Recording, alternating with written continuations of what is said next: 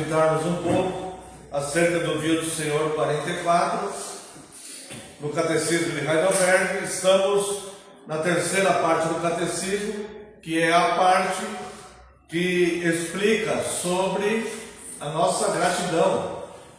Nós já estudamos o Dia do Senhor 1, que é o nosso consolo.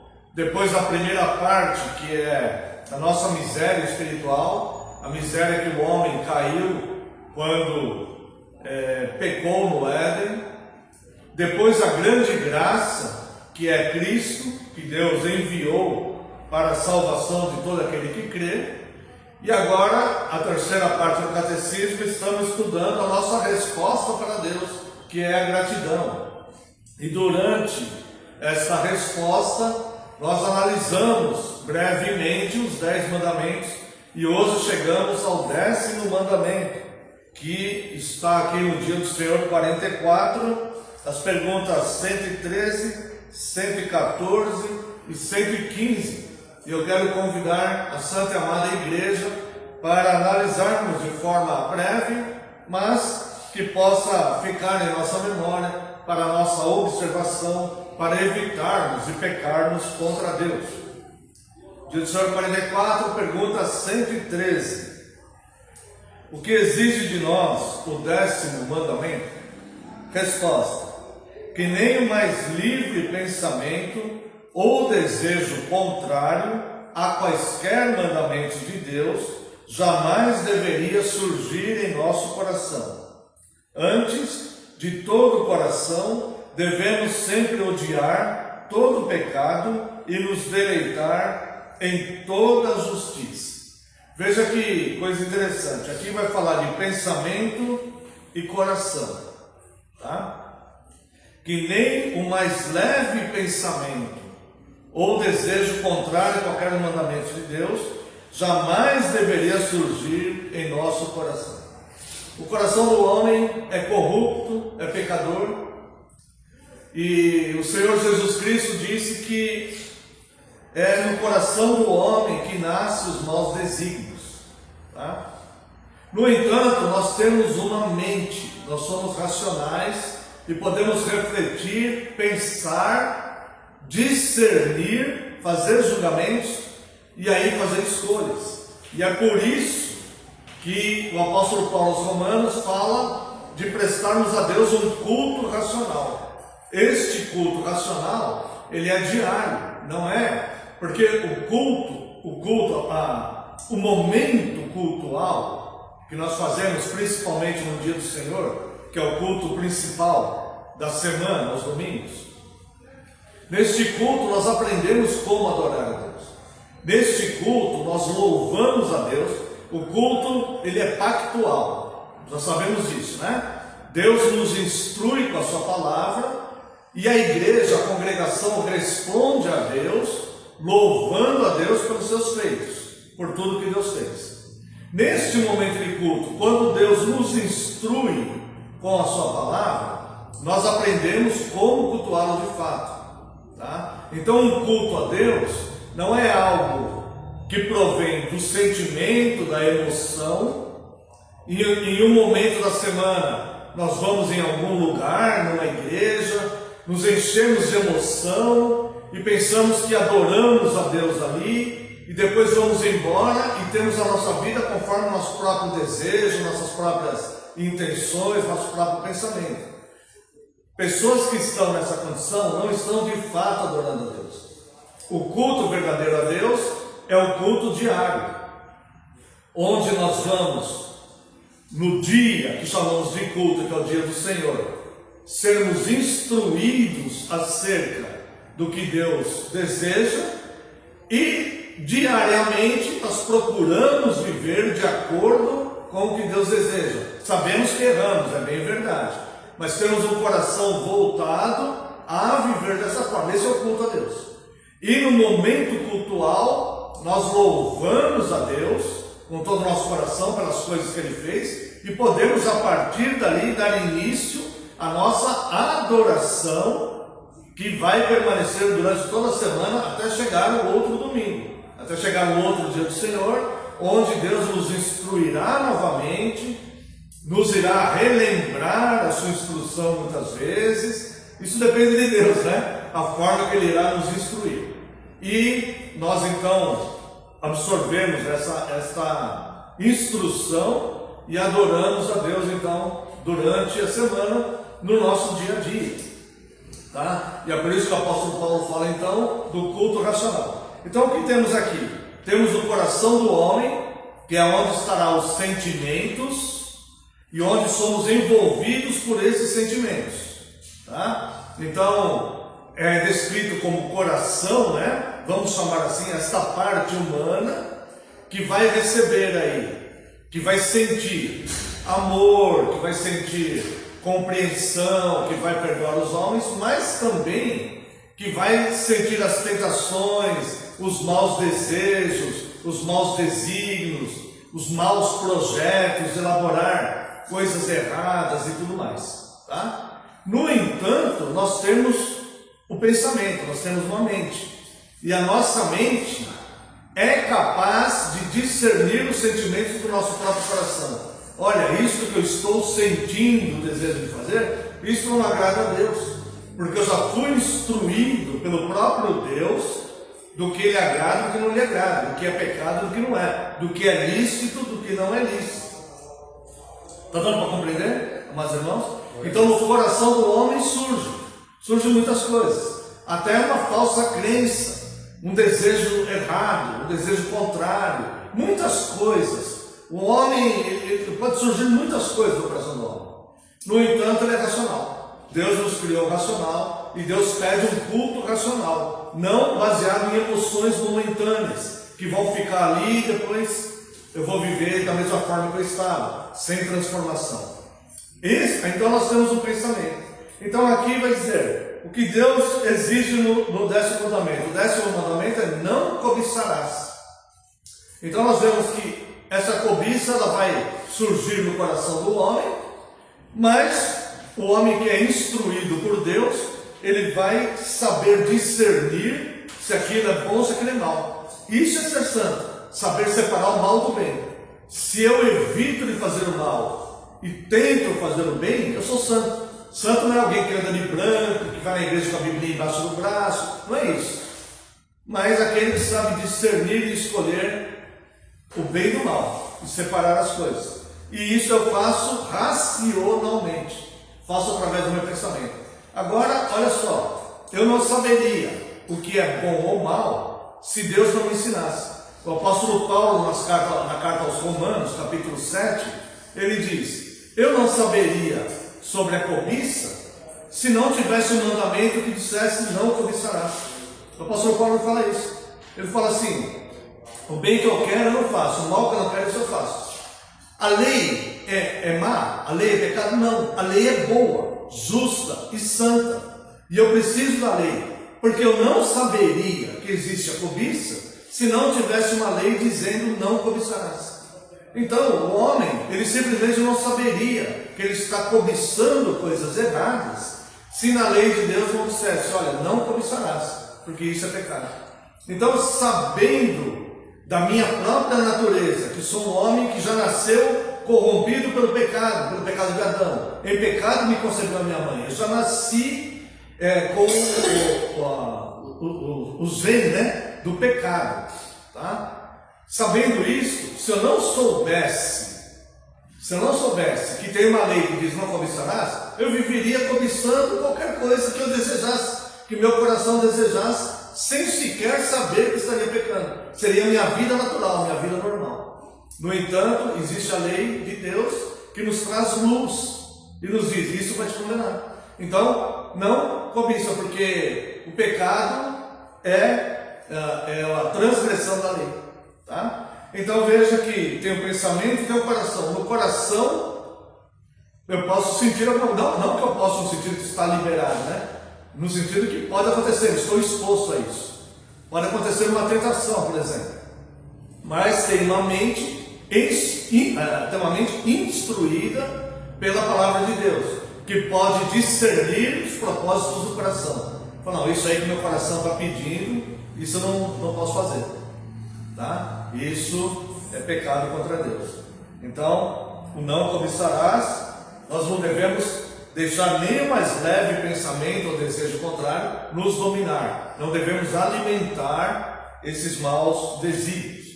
Pergunta 114. Mas os que se converteram a Deus são capazes de guardar esses mandamentos perfeitamente? Lembrando que está essa pergunta aqui, porque nós estamos observando o último mandamento, o 10º, né? Então essa pergunta está se referindo aos mandamentos, tá? Veja que está no plural, esses mandamentos. Não está se referindo somente ao 10º mandamento, está se referindo aos 10 mandamentos, né? Mas os que se converteram a Deus são capazes de guardar esses mandamentos no plural, os 10, perfeitamente? A resposta, infelizmente, é não. Veja que o catecismo ele é sincero. A igreja ela tem que ser sincera. Ela é formada por homens falhos. Nós não dizemos assim: olha, se você for um reformado, você cumpre esses mandamentos perfeitamente. Nós não podemos dizer isso. Quem dera fosse assim. Quem dera se fôssemos convertidos, poderíamos, né? Mas a resposta ela é real, ela não ilude. Ela diz: não, nós não conseguimos cumprir esses mandamentos perfeitamente. Não conseguimos, tá? Nesta vida, até mesmo os mais santos têm apenas um leve começo dessa obediência.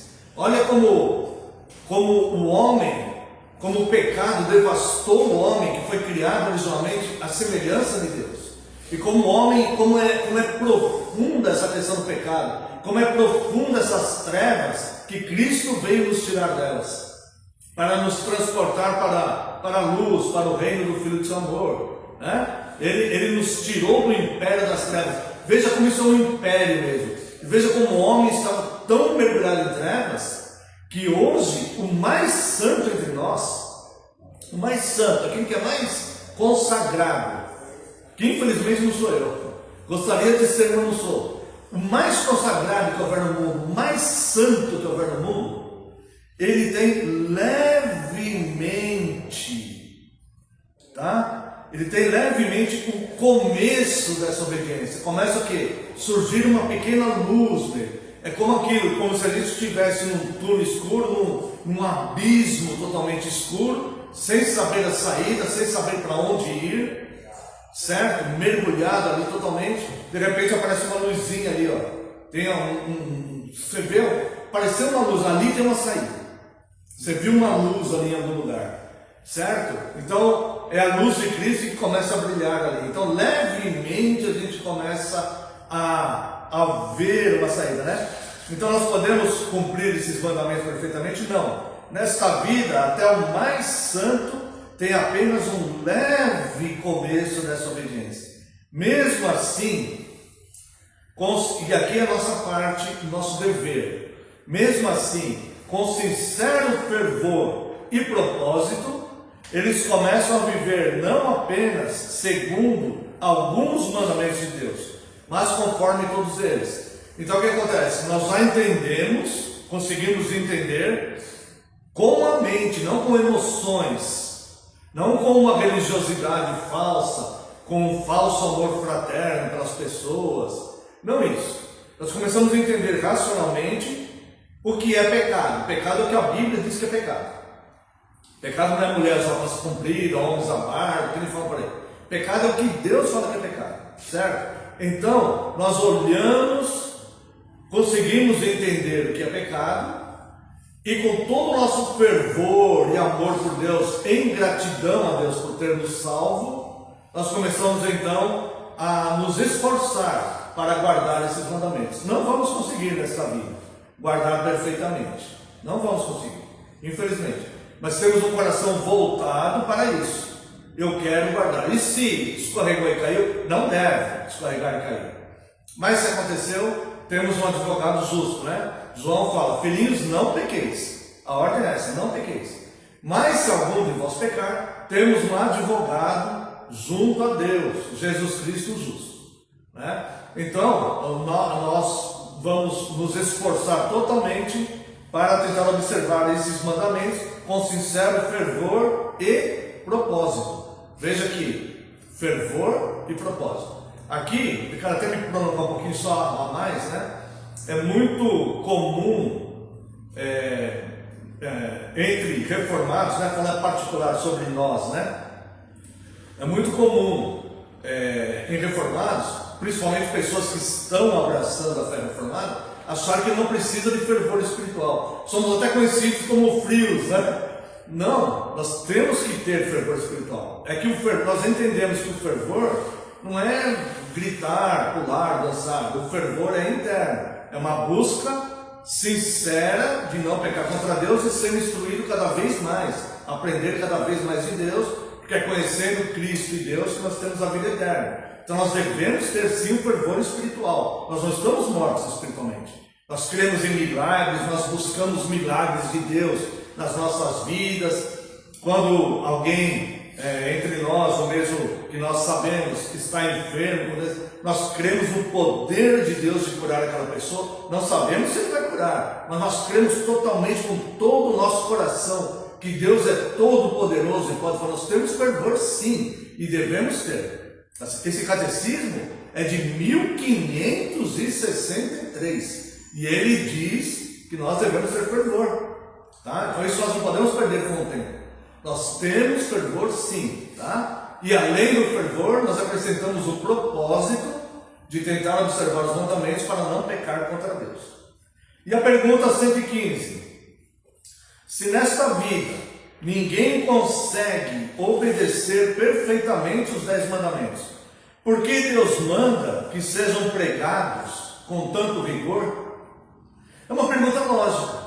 E nós vemos até filósofos de grande ponta, principalmente do século XIX, que acusam Deus disso. Ora, por que Deus então, se Deus sabe que o homem não pode cumprir, e Deus manda cumprir os mandamentos que o homem não consegue cumprir, né? Então veja uma resposta aqui. Primeiro, para que ao longo da nossa vida possamos cada vez mais estar conscientes, veja aqui de novo, racionalidade, pensar, entender a coisa. Não somos movidos por uma emoção fanática, não somos movidos por isso, somos movidos pela racionalidade. Nós sabemos com razão que Deus é real e que essas coisas são como a Bíblia explica, né? Podemos não ver o sobrenatural, mas são fatos. A fé são fatos que nós não vemos, não são suposições, ideias abstratas, emoções, pensamentos. São fatos, coisa segura. O Evangelho é rocha, é segurança, não há dúvida nenhuma em nada, certo? É crer, crer e crer. Esse é o Evangelho, tá? E crer no que realmente tem consistência, que é o fundamento, que é Cristo. Então, se nesta vida ninguém consegue obedecer perfeitamente os 10 mandamentos, por que Deus manda que sejam pregados com tanto rigor? Primeiro, para que ao longo da nossa vida possamos cada vez mais estar conscientes da nossa natureza pecaminosa e assim buscarmos com mais fervor, veja o fervor de novo, o perdão dos pecados e da justiça de Cristo. Irmãos, buscar com mais fervor. Essa é a vida do verdadeiro convertido. Ele vai se convertendo todo dia até o dia que Deus levar ele. Não é verdade que você fez uma oração há 48 anos atrás, falando que aceita Cristo e já está no céu, e está vivendo segundo seus próprios pensamentos. Isso não é verdade. Nós temos que ir nos convertendo todo dia, nós vamos amadurecendo na fé, até chegarmos ao ponto que Deus fala, está pronto, vamos embora, certo? Para entrar no céu. Então nós vamos de glória em glória até a estatura de forma perfeita. Se nós não amadurecermos nesta conversão, o nosso corpo irá amadurecer no pecado e nós iremos um dia embora em pecados. Ou vamos amadurecer no pecado e um dia vamos embora, porque esse pecado chegou no limite, ou vamos amadurecer na conversão. O fato é que um dia nós vamos embora daqui, ou para um lado ou para o outro. Então veja, primeiro, que ao longo da nossa vida possamos cada vez mais estar consciente, veja, racional, da nossa natureza pecaminosa e assim buscarmos com mais fervor, olha o fervor de novo aqui, o perdão dos pecados e a justiça de Cristo. Então nós vamos nos preparando. A vida do convertido é que nós vamos nos preparando, nós vamos abandonando o pecado, seja ele qual for, seja a quebra do primeiro mandamento, a quebra do 10º, algum deles lá que vai nos dominando, a gente vai se desvencilhando disso, certo? E cada vez mais buscando a justiça de Deus e tal, e nós vamos amadurecendo na nossa vida cristã. Na verdade, nós estamos nos preparando para encontrar com Ele, porque nós não sabemos qual será a hora, é certo? A sabedoria de Deus é tão grande que o homem não sabe qual é a sua hora, senão ele ia procrastinar e ia deixar tudo para um dia antes, certo? Então, só que isso é um processo que vai acontecendo, então nós vamos amadurecendo e vamos nos preparando para encontrar com Cristo, tá? Então, primeiro, para que ao longo da nossa vida possamos cada vez mais estar conscientes da nossa natureza pecaminosa e assim buscarmos com mais fervor o perdão dos pecados e a justiça de Cristo. Veja que buscar com mais fervor o perdão dos pecados também não é verdade a falsa doutrina que diz aí que não existe mais pecado porque Cristo só pagou tudo na cruz e você não precisa mais confessar, certo? Tem muitas tem igrejas aí que a gente considera igrejas tal que ensinam isso. Isso não é verdade. Nós devemos, sim, nós sabemos que nós erramos. Racionalmente nós sabemos que nós erramos. Não adianta botar uma peneira diante do sol. Nós sabemos que o sol está lá. Nós sabemos que nós pecamos. Então não é verdade isso que não existe mais pecado, tá? Então devemos buscar com mais fervor o perdão dos pecados e a justiça de Cristo. Segundo, para que ao orarmos a Deus pela graça do Espírito Santo, jamais deixemos de batalhar para sermos cada vez mais renovados à imagem de Deus, até que após esta vida alcancemos o alvo da perfeição. Então, aqui está resumido bem o porquê que a gente tenta não quebrar os mandamentos. Porque nós fomos criados originalmente à imagem de Deus, imagem e semelhança de Deus. Quando o homem caiu, essa imagem foi totalmente distorcida. Ficou resquícios dessa imagem e semelhança de Deus. O homem ainda tem alguns resquícios e ele consegue discernir moralmente o que é certo e o que é errado, tá? Quando nós nos convertemos, começa a obra de Cristo em nós. E aí então essa obra é ir regenerando, voltando em nós a imagem original pela qual nós somos criados, que é a imagem e semelhança de Deus. Então nós vamos procurar ser pessoas mais santas, certo? Então nós estávamos mais na incredulidade, no pecado, nas falsas crenças. Mesmo as pessoas, gente boa, tem muita gente boa que não é cristã, né? Pessoas que, essa gíria que é gente boa, pessoas que são honestas, que são confiáveis, claro que tem, tá? Mas muitos estão em falsas crenças, rejeitando a Cristo. E aos poucos a gente vai transformando isso e buscando cada vez mais, vamos supor que nós fôssemos, né? Tipo pessoas honestas, assim, que vivia bem socialmente tudo, mas sem Cristo. E agora nós vamos refazendo, Cristo está refazendo em nós totalmente a imagem dele, tá? Segundo, para que ao orarmos a Deus, pela graça do Espírito Santo, jamais deixemos de batalhar, também tem uma ação humana aqui, para sermos cada vez mais renovados à imagem de Deus, até que após esta vida alcancemos o alvo da perfeição. Então o 10º mandamento, ele é o último mandamento, não por acaso, mas é porque ele, né, é a chave que nos aponta onde está a entrada do pecado, né, que é a nossa própria cobiça, conforme o Tiago fala, tá? Nós somos tentados segundo a nossa própria cobiça, e o pecado, uma vez consumado, gera morte, tá? Então nós somos tentados, não podemos evitar muitas vezes ser tentados, certo? Mas nós temos uma mente racional que é instruída por Deus, que é a mente de Cristo que está em nós, que nós podemos discernir e escolher, tá? Não, isso eu não vou fazer, que isso que estou sendo inclinado a fazer, isso eu não vou fazer porque eu sei que é mal, isso é mal, então isso eu não vou fazer, tá? Então vou lutar com minhas forças para fazer o que é bom. Amém.